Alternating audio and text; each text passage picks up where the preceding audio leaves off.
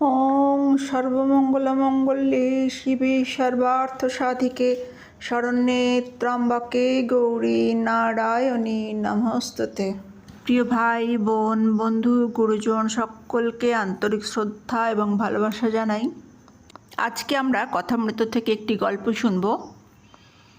গল্পটির নাম চোর হলো সাধু। এই গল্পের মাধ্যমে ঠাকুর কি বোঝাতে চাইছেন তা আজকে আমরা শুনব। গল্প চোর হলো সাধু।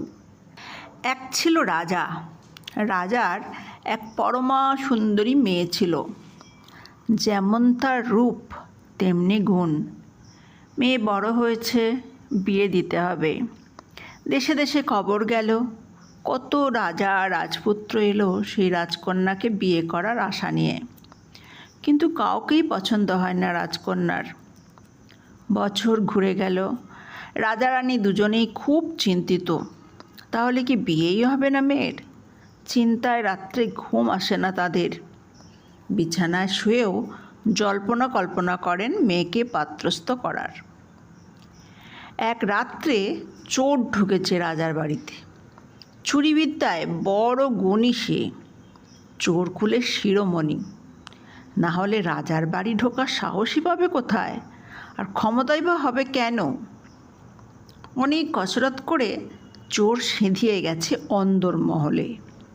পা টিপে টিপে রাজা রানীর খাস কামরার কাছেও পৌঁছে গেছে। এইবার শুধু হাতের কায়দায় দরজাটা খুলে ফেললেই কেল্লাফাতে। কিন্তু হায় কপাল, রাজা রানী যে জেগে রয়েছেন এখনো।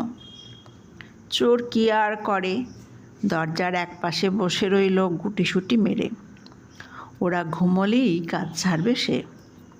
হঠাৎ চোরের কানে গেল রাজামশাই বলছেন, কি করি বলো তো রানী, এত ভালো ভালো সব পাত্র এলো, মেয়ের তো কাউকেই পছন্দ হলো না, অথচ বিয়ে তো দিতে হবে ওর। রানী বললেন, আমিও তো কত বোঝালাম, ওর পছন্দ না হলে কি আর করা যাবে। বেশ, ওর মতের আর দরকার নেই। গঙ্গার তীরে অনেক সাধু এসেছে, কাল তাদের মধ্যে থেকে একজনকে ডেকে এনে বিয়ে দিয়ে দেব ওর সঙ্গে। রাজা রাগ করে বললেন। চোর দরজার আড়াল থেকে সব শুনে ভাবলে, এ তো একটা দারুণ সুযোগ এসেছে। চুরি করে আর কি এমন পাওয়া যায়, তার চেয়ে সাধু সেজে কোনো রকমে একবার যদি রাজার জামাই হওয়া যায়, তাহলে আর তাকে পায় কে, কপাল খুলে যাবে তার। যেমন ভাবা তেমন কাজ।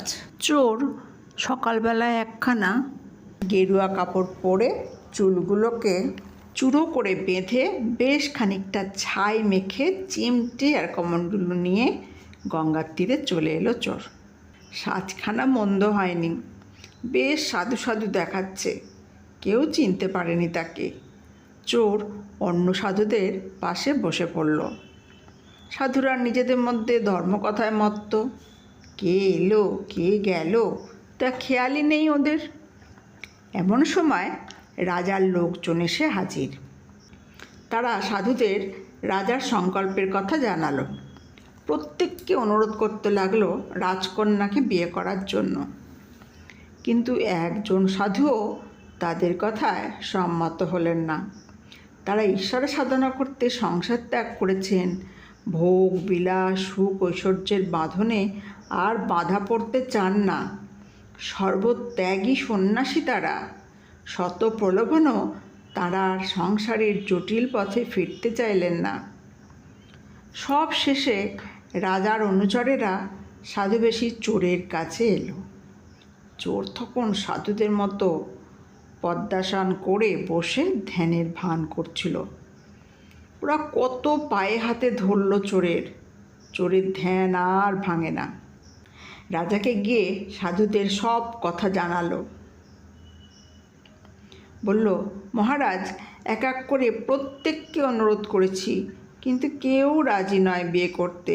শুধুমাত্র একজন যুবক সাধু কোনো উত্তর দেননি। চল, আমি নিজে গিয়ে তাকে অনুরোধ করি। আমার কথা হয়তো তিনি ফেলতে পারবেন না। রাজা এলেন চোরের কাছে, সবিনয়ে তার কাছে রাজকন্যাকে বিয়ে করার প্রস্তাব করলেন।